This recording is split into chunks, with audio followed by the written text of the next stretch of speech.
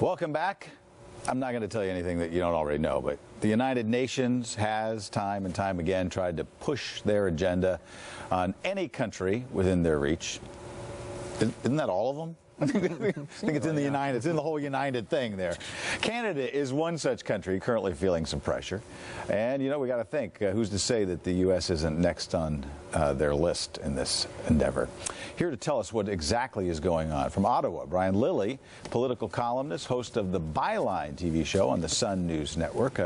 Brian, I've been a guest on your show. Glad to have you on this one tonight.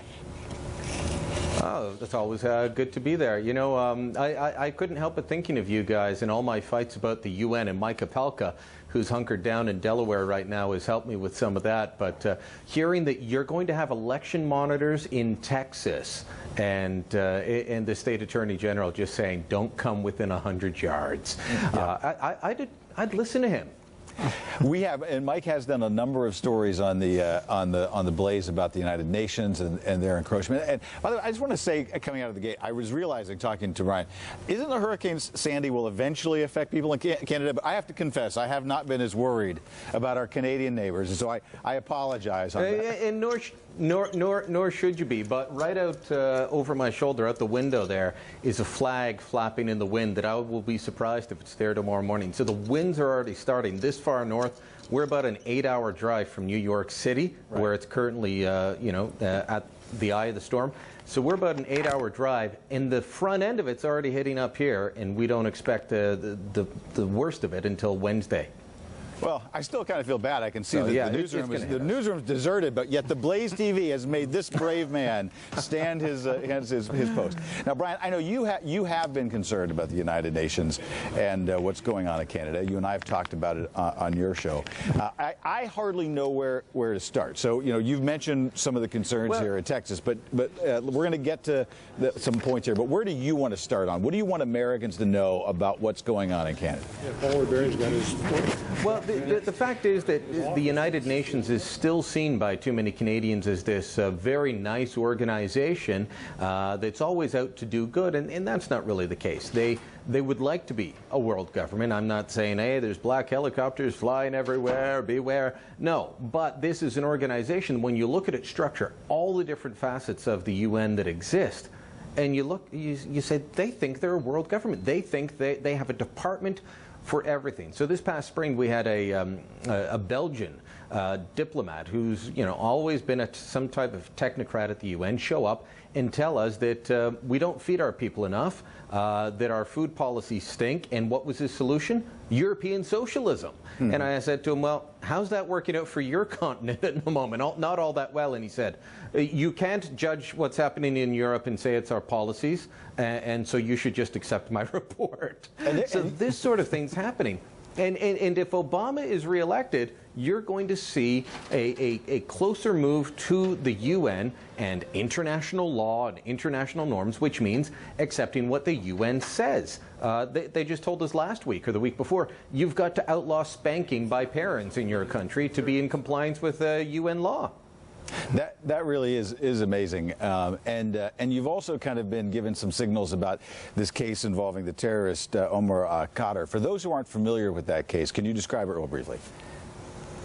Omar Khadr is a Canadian-born but raised in Pakistan and Afghanistan individual who was caught by American soldiers on the battleground in Afghanistan when he was 15 and a half years old.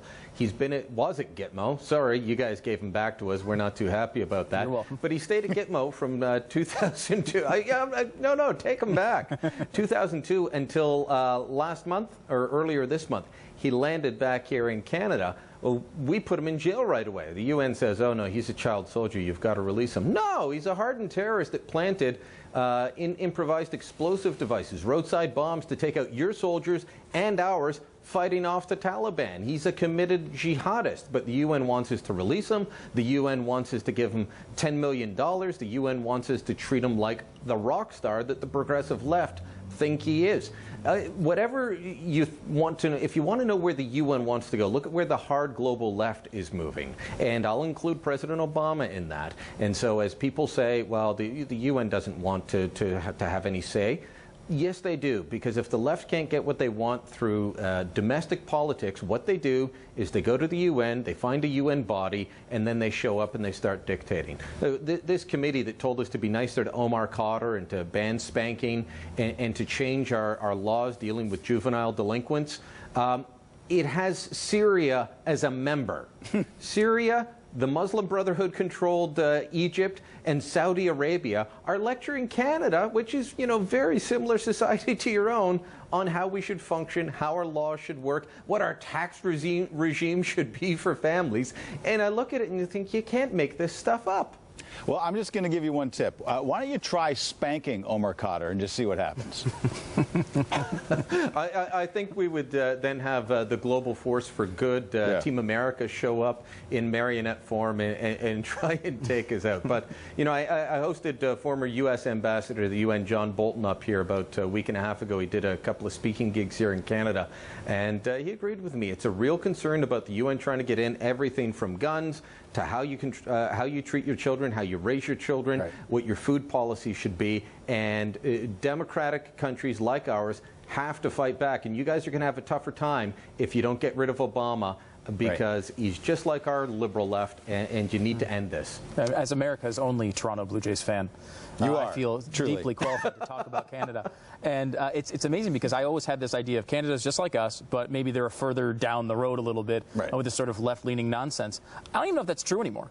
I mean, we are maybe neck and neck. Maybe we've even pulled a little bit further ahead of them. That's frightening. Frightening. I can be more frightening. You know, I would say... I would say that we used to be further down the road than you, Stu, but around 2006, or in 2006, we elected the Harper government. They're not perfect. They spend too much. The same sort of complaints that conservatives always have about conservative politicians.